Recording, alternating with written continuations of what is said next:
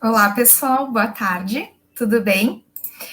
Eu não posso ver vocês, né, mas vocês podem me ver um pouquinho. Então, para a gente começar, né, quem não me conhece, quem nunca me viu num vídeo da Metadados, num webinar da Metadados, eu sou a Carol, né, podem me tratar por Carol, eu prefiro. Né? Eu sou tecnóloga em RH, eu sou bacharel em comunicação social, também em relações públicas, eu sou especialista em gestão empresarial e em educação.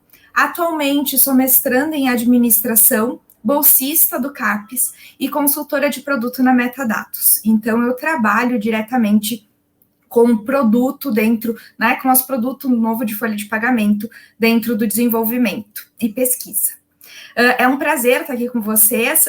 Para quem já participa de webinar, já conhece o nosso cenário, né? Já conhece o meu home office. Então, eu já peço desculpas pelos barulhos de rua, pelos meus gatos daqui a pouco miando na porta, porque a gente está num momento assim que essas coisas já estão se tornando comum. Então, né?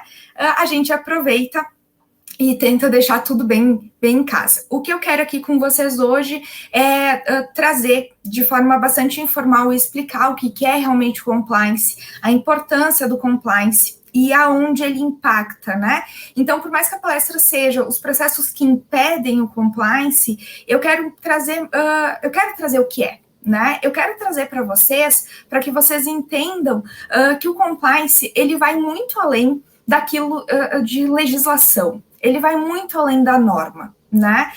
O que um profissional que trabalha dentro do RH tem a ver com o compliance?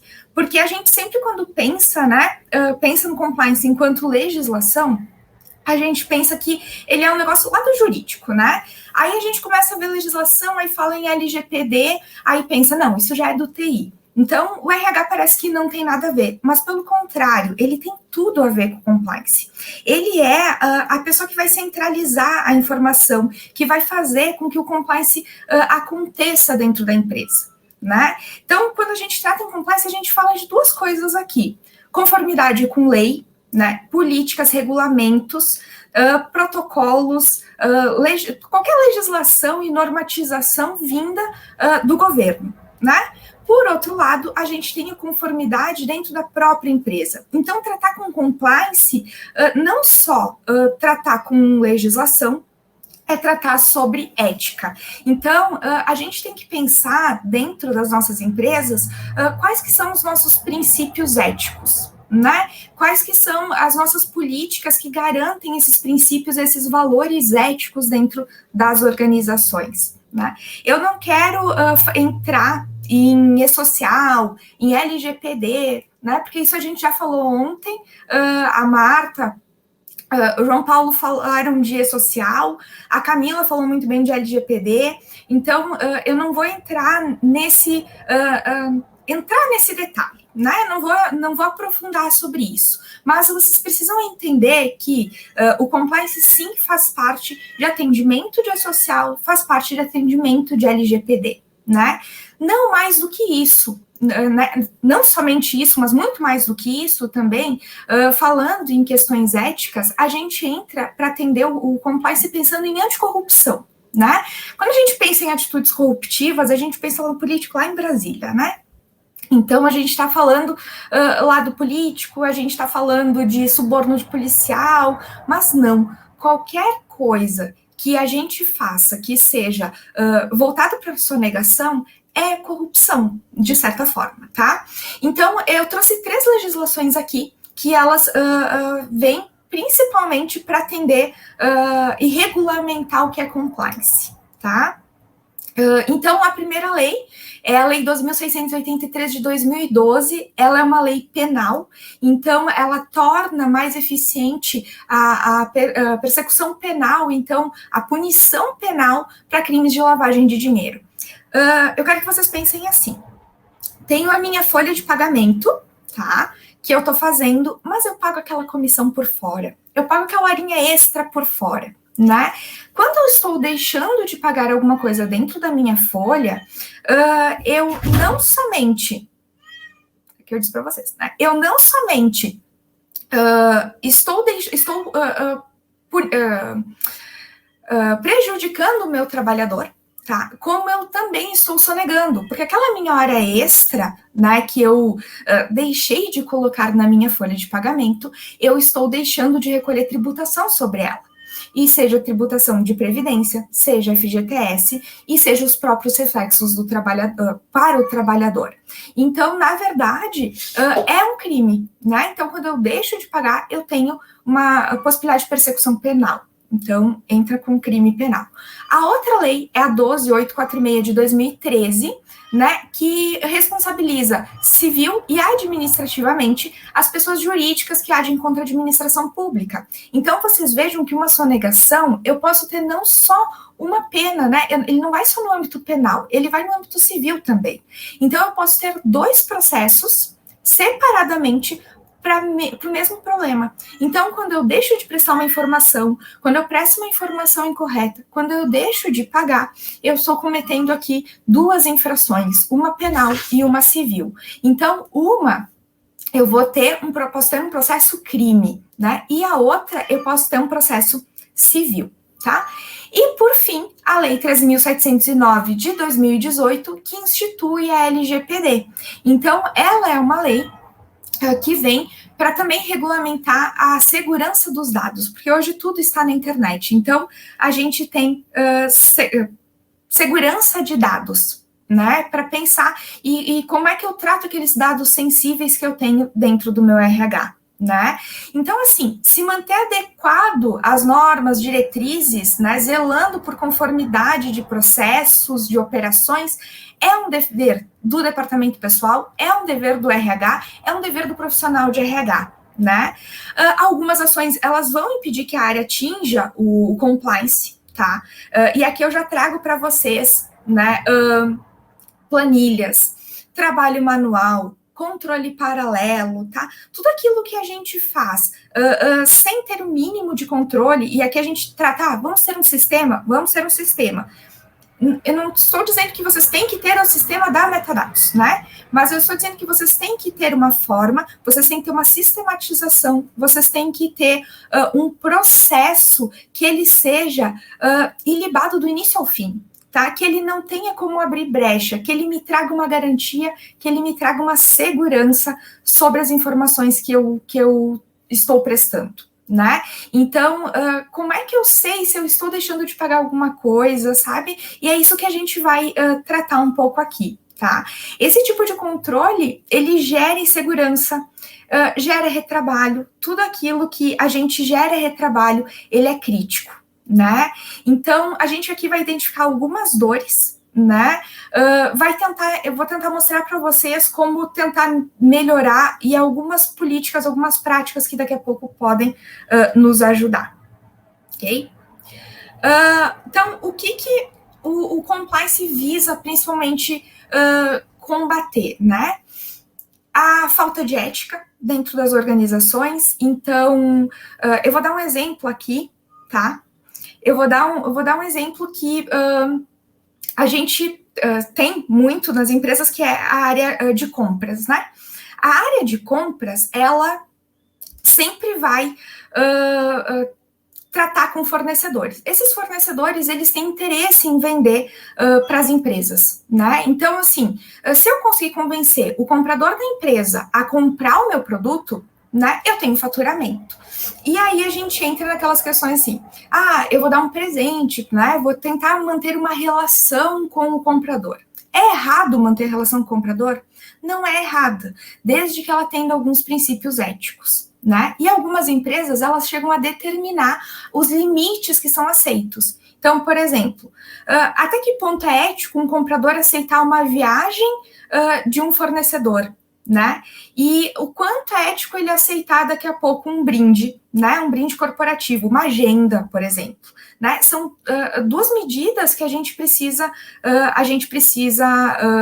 analisar. Então, muitas empresas, elas acabam botando um limite nisso, um limite de quanto que eu posso, até onde eu posso ir, né? Isso para garantir uma postura ética dentro da organização. Uma outra coisa que o compliance tenta combater né, é a ausência de transparência. Então, quando a gente não tem processos transparentes, quando a gente não mostra aquilo que a gente está fazendo, quando a gente esconde o que a gente está fazendo. Quando a gente tem um processo de compliance, os processos costumam ser muito mais transparentes, né? As pessoas conseguem ver, conseguem entender, tá? Negligência empresarial com a sociedade, com o meio ambiente. Aqui eu vou trazer para vocês, vou falar um pouquinho depois de responsabilidade social, tá? E às vezes a gente acha também que responsabilidade social é uma coisa lá do setor de meio ambiente. Responsabilidade social é alguma coisa lá sei lá, do jurídico, é uma coisa da produção, né? É uma coisa do marketing, mas não, a gente pode usar a responsabilidade social dentro do RH, né? Como é que eu vou fazer as pessoas virem trabalhar na minha empresa? Pessoas com os mesmos valores que eu tenho vindo trabalhando com a minha empresa. Então, assim, é uma atitude ética também, a preocupação com a sociedade e com o meio ambiente, né? Por fim, a sonegação de impostos, que é o que eu venho falando, né? Então, evitar a sonegação de impostos. Não que nós não podemos pensar em formas, né, de diminuir a nossa carga tributária, mas isso tudo dentro da legalidade, né? E também pensando na ilegalidade de processos. Eu estou tirando minhas notas fiscais certas, eu estou fazendo uma compra com a tributação correta, eu estou contratando alguém seguindo a legislação trabalhista, eu estou entregando as informações pré-social de forma correta, né? Até ontem a Marta falou assim, um aceito, né? Não é somente um aceito, né? Um aceito, um entregue com sucesso, não é só um entregue com sucesso, porque entregar com sucesso não significa que aquela informação está correta. E quando eu trato que eu não sei se aquela minha informação está correta, eu posso estar com um processo ilegal, né?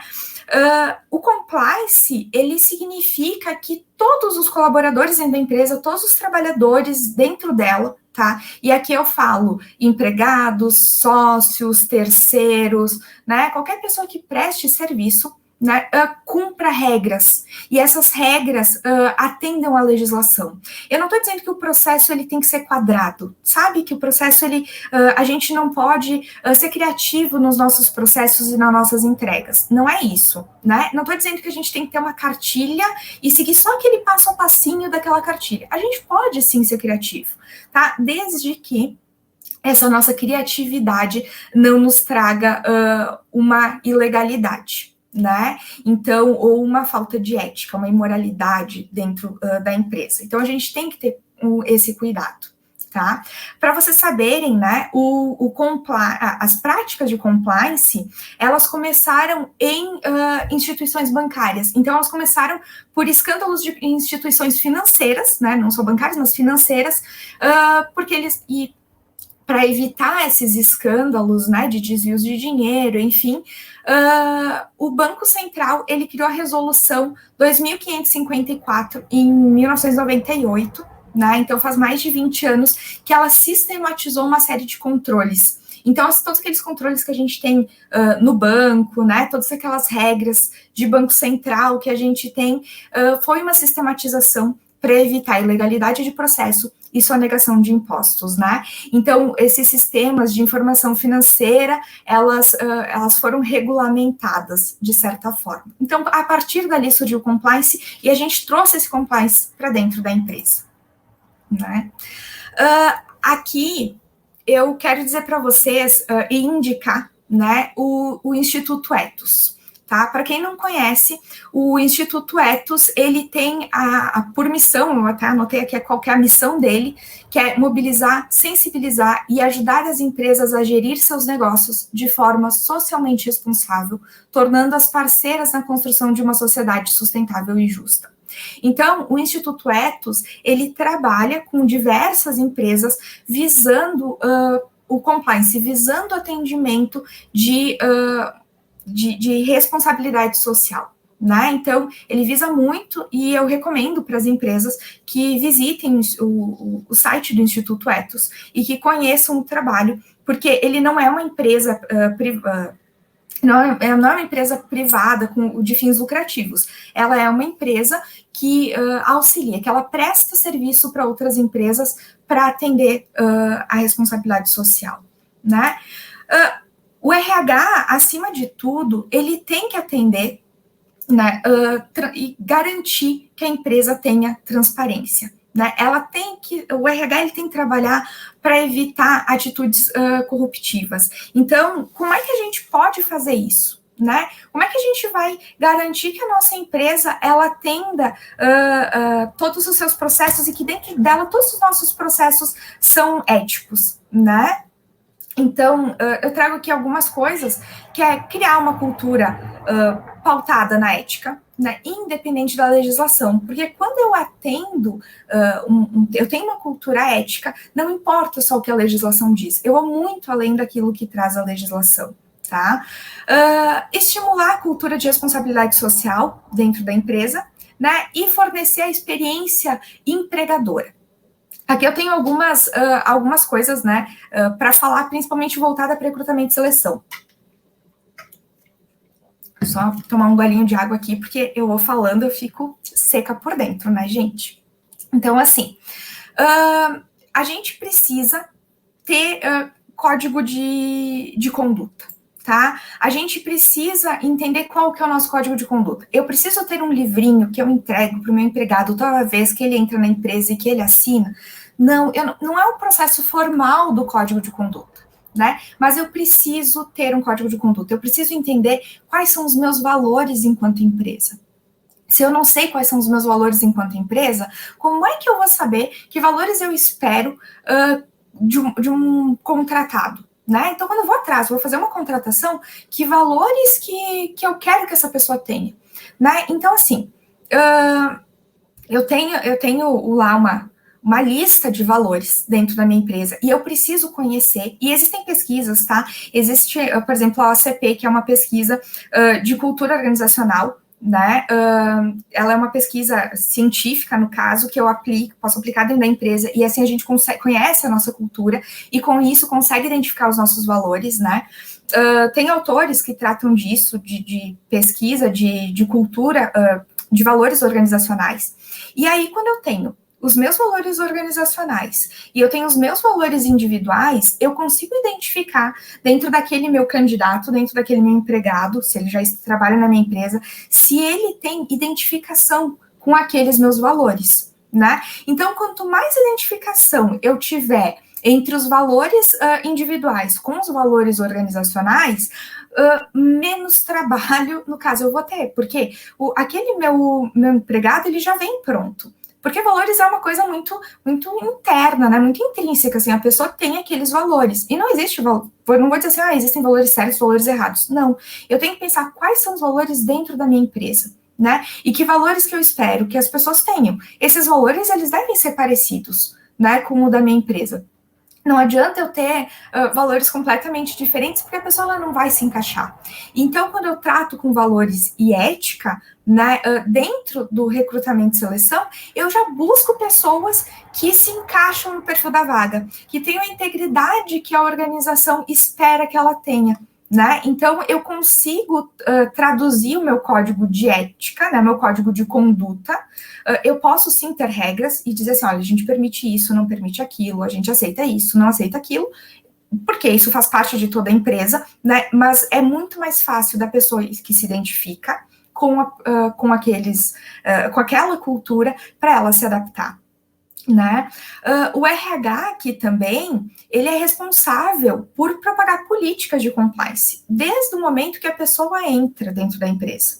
Então, assim, dentro desse nosso código de conduta, desde que a gente começa a fazer a nossa integração lá, né, o onboarding do empregado na empresa, né, a gente vem trazendo para ele aquilo que a gente espera. A gente vem treinando ele e desenvolvendo ele para que ele entenda, né? Mas não só isso também, né? Então, ele precisa entender, ele precisa aplicar, e a gente precisa, de certa forma, aplicar sanções, né, e punições no caso de violação à norma. Então, assim, se a pessoa não se enquadra, ela não tem mais como trabalhar nela, talvez não seja mais o lugar dela dentro da empresa, né? Então, vocês têm que pensar que a ética, ela está relacionada com os valores, está relacionada com responsabilidade, né? Então, ela está relacionada com a cultura organizacional, né? A gente pode ter ética moral, a gente pode ter ética de responsabilidade, né? A gente pode ter ética de humanidade. Então, são várias formas de se ter ética dentro das organizações. Mas quando a gente pensa em compliance, a gente pensa em ética de responsabilidade, tá? Então, a gente precisa reforçar isso. E quando a gente favorece a nossa marca empregadora, né, o nosso employer brand, a gente demonstra, a gente põe para o mercado, a gente leva para o mercado o quanto ética a nossa empresa é, tá?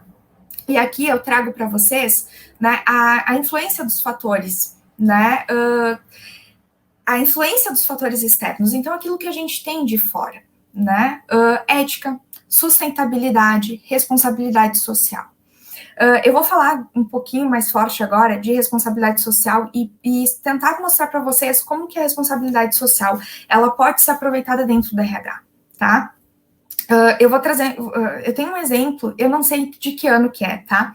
Mas a Starbucks nos Estados Unidos, ela se comprometeu, eu acho que foi 2012, alguma coisa assim, contratar 5 mil imigrantes, né, refugiados, dentro dos Estados Unidos nas suas lojas, né? Aquilo era um valor ético para ela.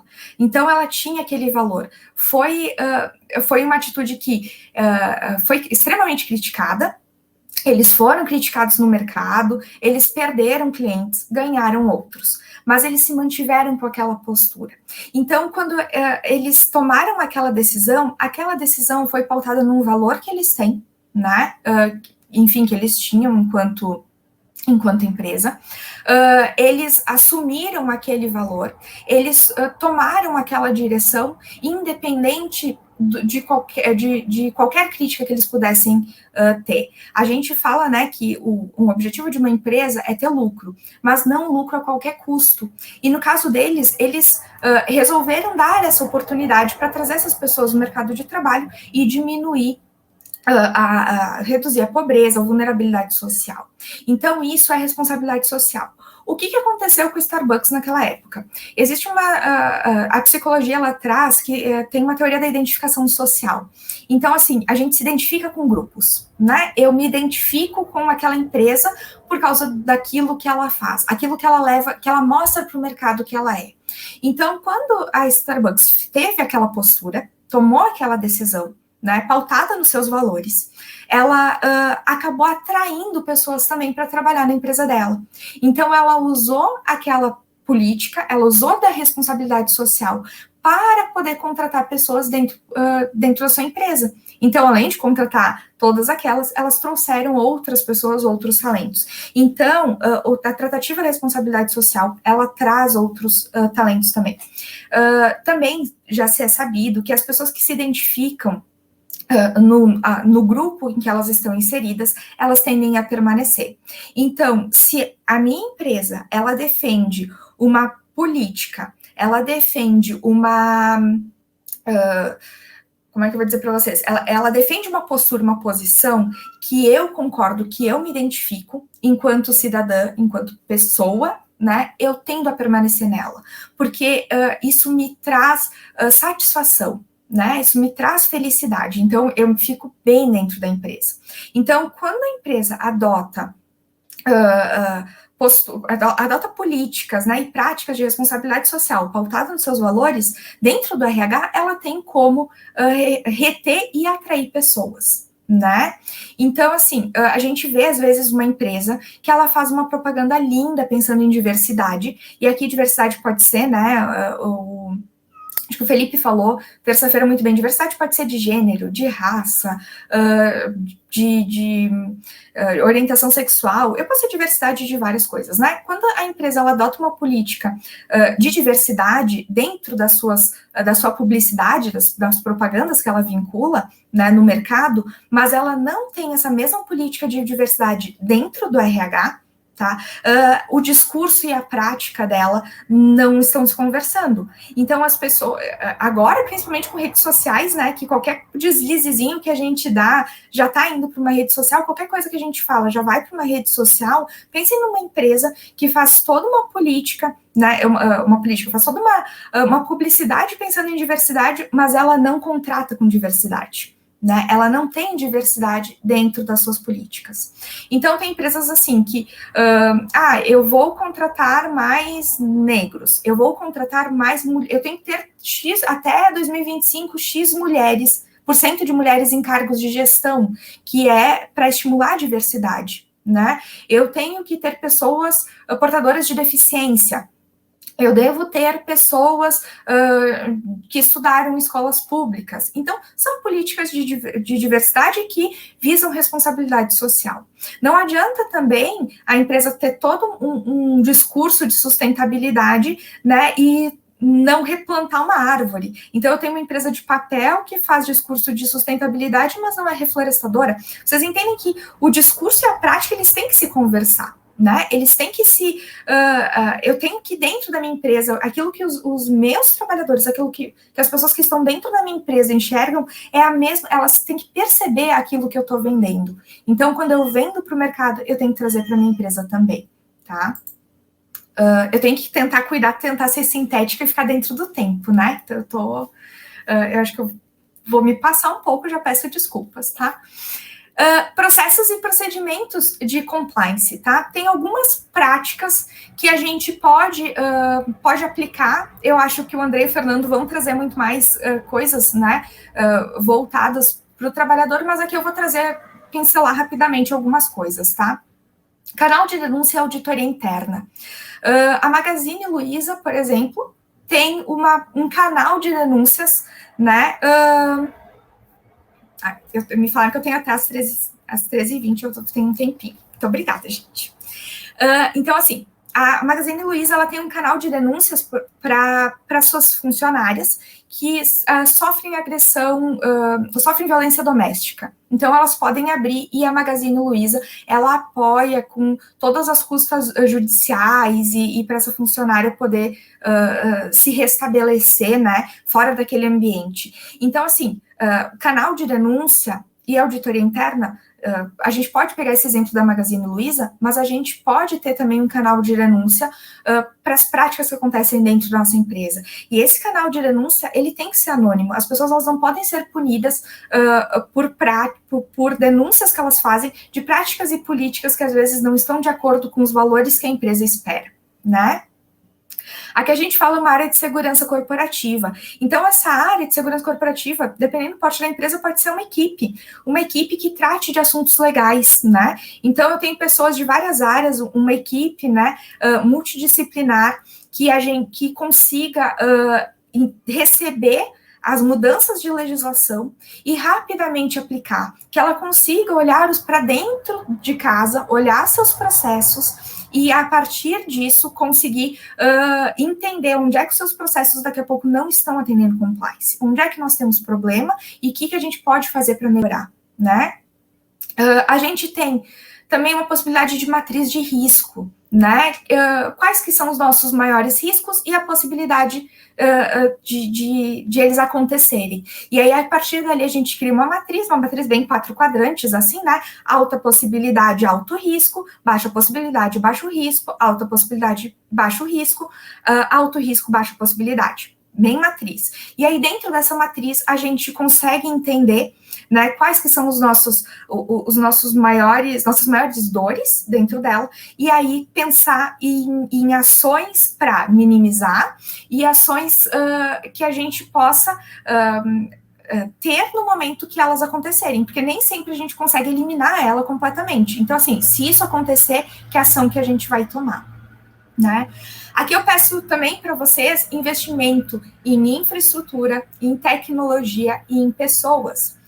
Como é que eu quero garantir segurança da informação se eu não tenho um bom servidor, uma boa área de TI? né? Como é que eu quero que as pessoas disseminem os nossos valores se eu não invisto nessas pessoas, né? Se eu não treino, se eu não desenvolvo, se eu não capacito, se eu não atendo elas, né?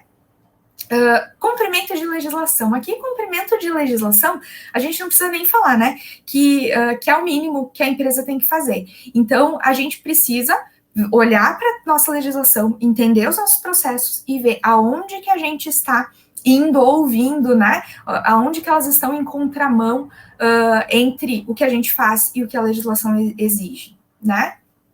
Controle de mídia negativa, todos, como eu disse, a gente tem redes sociais, então, às vezes, uma atitude lá dentro da empresa, um problema, pensem numa rede de lojas, né, um problema de atendimento em que teve preconceito, que teve racismo, que teve homofobia, o impacto que isso pode ter no momento que for para uma rede social, né, por um momento que for para uma mídia, que ações, então assim, isso tem uma probabilidade de acontecer e tem um risco alto, ok, que ações que eu vou ter, né, se isso acontecer e como eu faço para minimizar, vou fazer uma capacitação, né, vou desenvolver as pessoas para, sei lá, para entender sobre a homofobia e como que a gente combate sobre isso, para entender sobre racismo e como que a gente combate essas atitudes, né, então assim, a gente precisa se cuidar, precisa se policiar com aquilo que a gente pensa, com aqueles preconceitos que nós temos, com aquilo que a gente explora, né, que a gente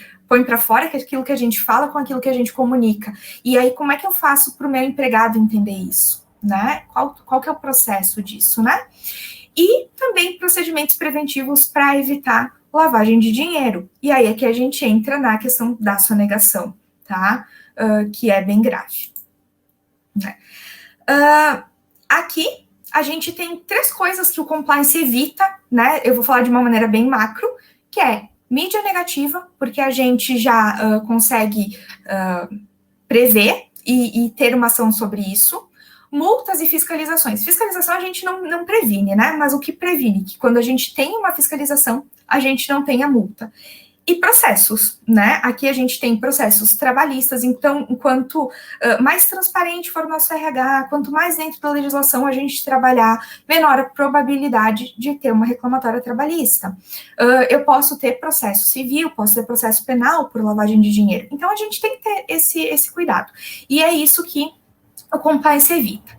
Aqui, vamos basear em 3 pilares. O primeiro é prevenção, o segundo é monitoramento, e o terceiro é resposta, tá? Eu vou explicar cada um deles. Então, a prevenção é onde as empresas devem cuidar para que as coisas não aconteçam, né? O que eu tenho que olhar? Então, vamos pensar lá naquela matriz de risco que eu falei, né? O que eu tenho que cuidar para que as coisas não aconteçam? E o que eu posso fazer? Aqui eu trouxe algumas práticas, né? Treinamentos e comunicados, políticas de controle, dentro de políticas de controle, código de ética, código de conduta, né?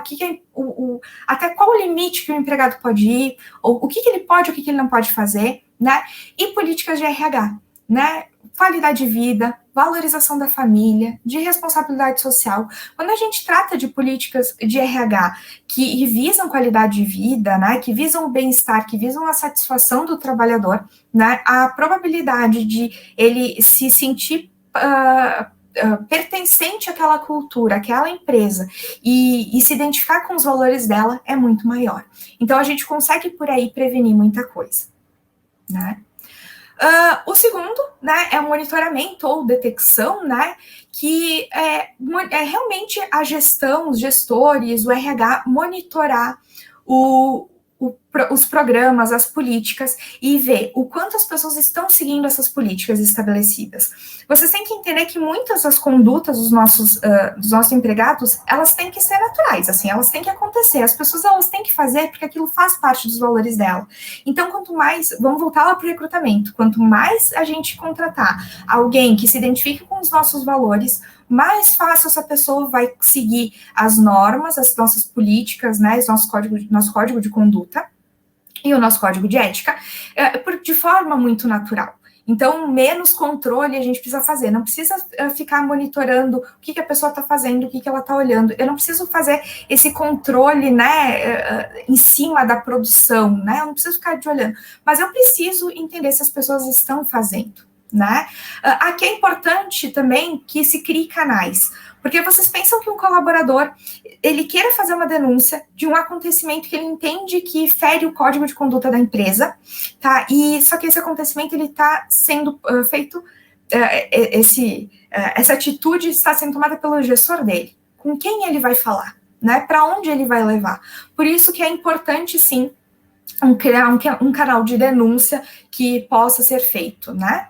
Então, aqui, auditoria de contratação, auditoria de promoção, a gente precisa entender se as promoções que estão acontecendo ou se as contratações que estão acontecendo, elas não estão visando beneficiar algumas pessoas e outras não. Às vezes a gente está lá com o Joãozinho, há milhares de anos sem receber um reajuste que não seja dissídio, e todo mundo do setor dele, ou X pessoas do setor dele, sempre estão recebendo reajuste. Será que elas são tão mais merecedoras que o Joãozinho? O que está errado nisso aqui, né? Então a gente precisa fazer isso, auditar, né? De certa forma, tentar entender assim, deste setor, os últimos 2 anos de reajuste, o que aconteceu? Por que as pessoas tiveram esse reajuste? Por que tais pessoas foram contratadas, né? E principalmente no recrutamento interno, né? Dentro do recrutamento interno, como é que isso está acontecendo, tá? Então, e principalmente, né, que eu trago por fim, identificação de problema e causa. Qual que é o problema e o que está causando esse problema? Para que daí sim eu possa ir para o nosso terceiro pilar, que é a resposta. Então, que uma vez que a gente identifica a violação das normas da empresa, qual a ação que a gente vai tomar? A gente tem que responder imediatamente, porque quanto mais tempo a gente demora para responder, tá?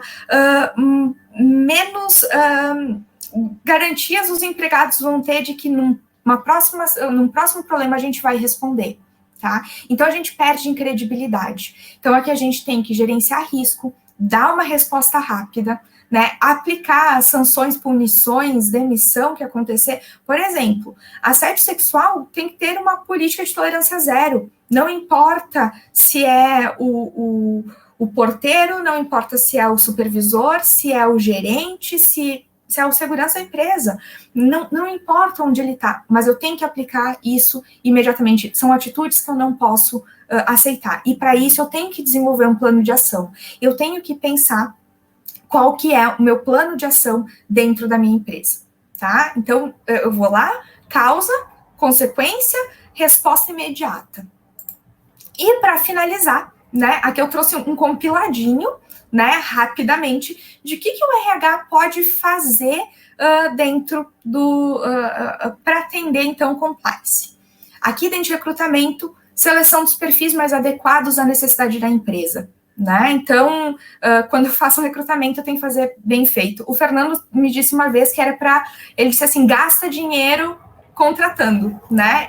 Daqui a pouco ele vai falar com vocês, provavelmente ele vai falar isso. Gasta dinheiro, gasta tempo contratando, mas contrata bem, contrata certo, né? Monitorar performance para alcançar os nossos objetivos lá de compliance, entregar certo, como é que a gente vai fazer, né? Avaliação, monitoramento e feedback, né? Uma política de feedback, também eles vão falar depois mais sobre isso, né? Sistema de recompensa por bom desempenho, né? Gestão de carreira, então uma política de gestão de carreira é bem importante também para que a gente evite beneficiar uns né, do que outros. Desenvolver as lideranças para que elas entendam o que é compliance, para que elas possam atender o compliance, né? E tentar ampliar habilidades e conhecimentos das pessoas que trabalham dentro da nossa empresa. Desde lá do Joãozinho, que está trabalhando na produção, até o João, nosso diretor.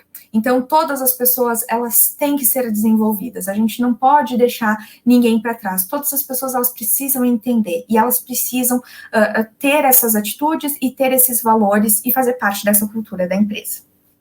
Então, gente, para encerrar meu tempo, eu acho que, né, era isso.